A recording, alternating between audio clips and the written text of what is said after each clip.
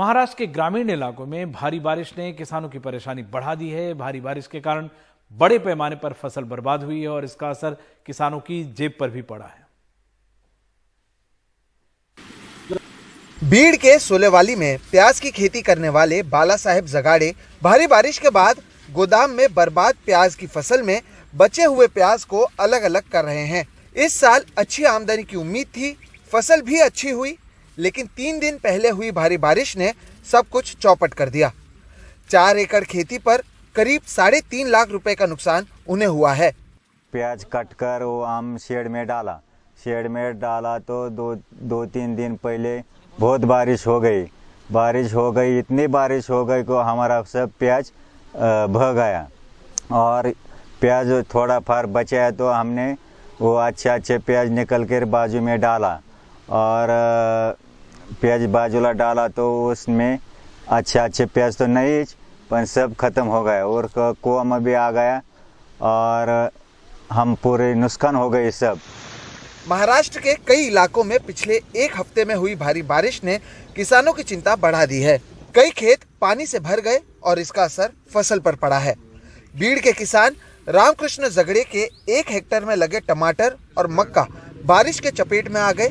इन्हें करीब 1 लाख का नुकसान हुआ है। टोमेटो का ज्यादा नुकसान हुआ है। उसमें जो टोमेटो है वो उसके टोमेटो बह गए, उसके पेड़ नीचे गिर गए और घास भी नहीं रहा, मक्का भी बह गई, उसमें का सब नुकसान हुआ है। केवल बीड़ ही नहीं, नांदेड़ में भी भारी बारिश ने किसानों की मुसीबतें बढ़ा दी हैं। पिछले 4 महीनों में नांदेड़ में 69 किसानों ने जान दे दी है। हाल ही में हुई बारिश ने गोविंद जागड़े के सोयाबीन की फसल बर्बाद कर दी है, जिससे उन्हें 50,000 का नुकसान हुआ है और सरकार की ओर से कोई राहत नहीं मिल पाई है। 2.25 एकड़ खेत है आप लोग को इधर हजापुर में। पूरा सोयाबीन पानी से भर के गया है। शासन की कुछ भी मदद नहीं मिली। शिंदे साहब बोले कि देता हूँ पीक बीमा, दिवाली को दशहरे के पहले देता हूँ, बोले दशहरा गया, दिवाली आ गई अब नजीक, 4 दिन पर दिवाली आ गई। कुछ शासन मदद कर रही नहीं, कुछ नहीं, किसके पास जाना क्या जाना कुछ समझ रहा नहीं। अब शेतकरी हमारे ऐसे भाई लोग ऐसे आत्महत्या कर रहे।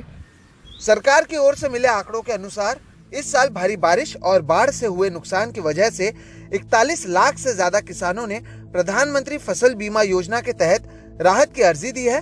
पिछले 4 महीनों में सरकार की ओर से कुल 4,691 करोड़ रुपयों की मदद की गई है। मुख्यमंत्री एकनाथ शिंदे की ओर से जल्द किसानों के खेतों के कागजात पूरे कर उन्हें मदद दिए जाने के निर्देश दिए गए हैं।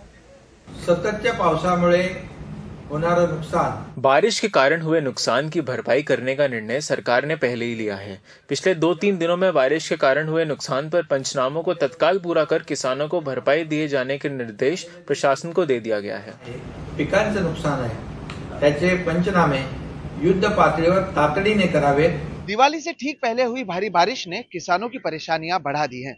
सरकार की ओर से जल्द मदद दिए जाने की बात जरूर की जा रही है, लेकिन ये मदद उन तक तब पहुंचेगी जब उनके खेतों की पंचनामे किए जाएंगे, उसकी जानकारी सरकार तक पहुंचाई जाएगी। यानी अब भी मदद के लिए किसानों को लंबे समय का इंतजार करना पड़ेगा। बीड़ से मनोज सातपुते, नांदेड़ से कन्हैया खंडेलवाल और मुंबई से कैमरा पर्सन प्रवीण जिरोहित के साथ Sohit Mishra, NDTV India. Delhi AIIMS ने सांसदों के इलाज के लिए वीआईपी व्यवस्था तैयार कर ली है। एम्स की ओर से लोकसभा सचिवालय को लिखे गए पत्र में इसकी जानकारी दी गई है। इसमें बताया गया है कि संसद के सदस्यों को ओपीडी इमरजेंसी में दिखाने और भर्ती होने के लिए एसओपी भी तैयार कर ली गई है। जो पहली बार ओपीडी कार्ड बना तो लाइन में कब खड़ा हुए थे, कितना घंटा? शाम 5 बजे से सुबह 8-9 बजे तक लाइन में रहे। हाँ, तब नंबर कार्ड बना। हाँ। सांसद से परिचय है आपका? आपके सांसद से? सांसद से नहीं। नंबर कितना घंटा लगने पर आया? कब खड़ा हुए थे? 8 बजे रात में खड़े हुए थे और 8 बजे दिन में गेट खुले। 8 बजे सुबह में। सांसद से परिचय है? अपने इलाके के सांसद से परिचय तो जी नहीं है। सांसद महोदय तक पहुंच होती तो लंबा इंतजार नहीं करना पड़ता। एम्स के नए फरमान पर फौरन ओपीडी कार्ड भी बन जाता और इलाज भी। ये हालत उन जरूरतमंद गरीब मरीजों की है जिनकी सिफारिश लायक कहीं पहुंच नहीं।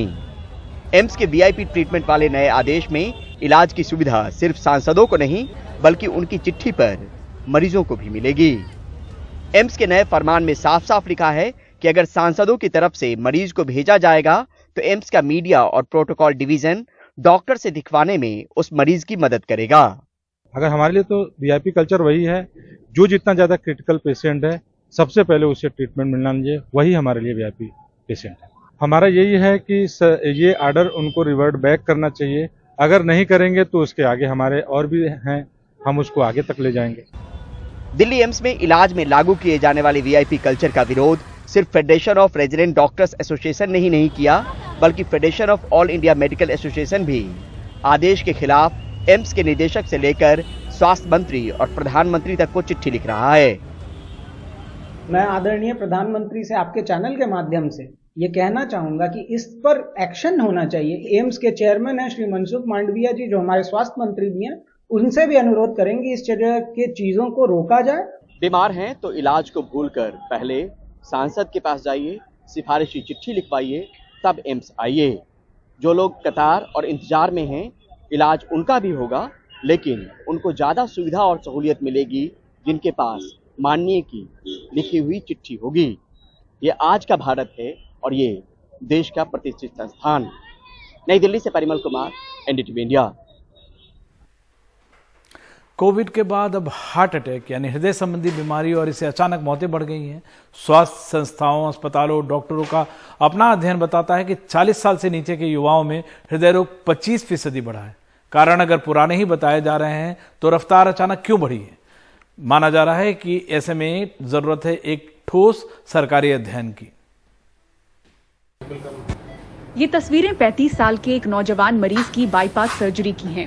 हृदय रोग के युवा मरीजों की संख्या में तेजी से इजाफा हो रहा है।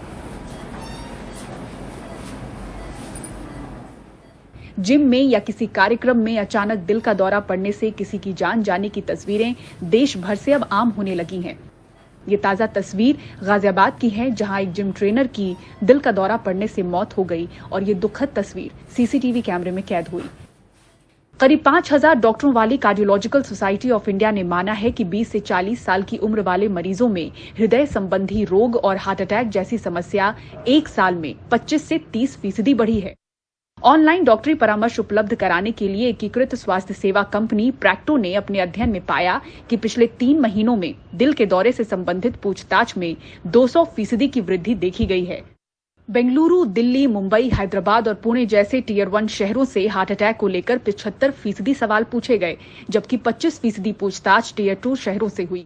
56% राय 30 से 39 वर्ष के आयु वर्ग के लोगों ने मांगी। इनमें से 75% पुरुष और 25% महिलाएं थी। ये बात सही है कि काफी कम उम्र में भी हार्ट अटैक का प्रमाण बढ़ रहा है। आज तक कम से कम ऑलमोस्ट 23-24 के लड़के में मैंने हार्ट अटैक का हमने देखा है, ना ही देखा है उसमें एंजियोप्लास्टी का ऑपरेशन भी मैंने किया है उनकी जान बचाने के लिए। तो हाँ, आजकल बहुत बढ़ रहा है। ऑलमोस्ट 40 साल के नीचे ऑलमोस्ट 25% लोगों में हार्ट अटैक आ रहा है। बढ़ते हृदय रोग से आहत मरीज, उनकी उम्र और वजहों पर फिलहाल कोई ताजा सरकारी अध्ययन तो नहीं है, लेकिन स्वास्थ्य से जुड़ी अलग अलग संस्थाएं और कई बड़े अस्पतालों के आंकड़े बताते हैं कि युवा मरीजों की संख्या करीब 25% बढ़ी है। टू बी वेरी प्रिसाइज, पिछले 2 साल से तो ये एक्सपोनेंशियल राइज हुई है। इनफैक्ट मेरे पास कई ऐसे पेशेंट्स हैं जो 20, 21, 22 साल के पेशेंट सडन डेथ करके, सडन हार्ट अटैक करके आए हैं। बहुत सारे पेशेंट्स बचे भी हैं। कई लोगों का ऑन टाइम कहीं पर सीपीआर हुआ है और उनको लेकर के आए हैं और वो पेशेंट बच गए। सबसे कम उम्र का पेशेंट जो मेरे पास हार्ट अटैक करके आया, उसकी उम्र थी 19 साल। हैरान करने वाली बात है कि बहुत बार हम अक्सर ये देख रहे हैं कि यंग पेशेंट्स जिनको कोई मेजर मेडिकल प्रॉब्लम्स नहीं है, वो हार्ट अटैक के शिकार बन जा रहे हैं। इसमें हमने ये पाया है कि एक अनहेल्दी लाइफस्टाइल, एक sedentary lifestyle, stress, smoking, obesity के कारण उनके जो रिस्क प्रोफाइल है वो काफी बढ़े जा रही है कि 25% हार्ट अटैक के केसेस 40 साल से कम उम्र वाले लोगों में ये देखा गया। इसे लेकर डॉक्टर्स लाइफस्टाइल, स्ट्रेस यानी तनाव, स्मोकिंग, मोटापा वगैरह को खास वजह के तौर पर देख रहे हैं। ये कारण पहले भी थे, लेकिन अचानक बढ़ी रफ्तार के पीछे क्या है, इस पर सरकारी अध्ययन जरूरी है। मुंबई से पूजा भारद्वाज, एनडीटीवी इंडिया। नोएडा की एक सोसाइटी में महिला से बदसलूकी का आरोपी श्रीकांत त्यागी की रिहाई हो गई है।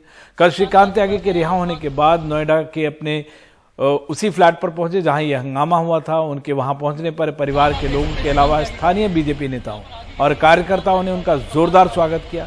अपनी गिरफ्तारी पर उन्होंने कहा कि उनके खिलाफ गैंगस्टर एक्ट के तहत की गई कार्रवाई राजनीतिक साजिश है।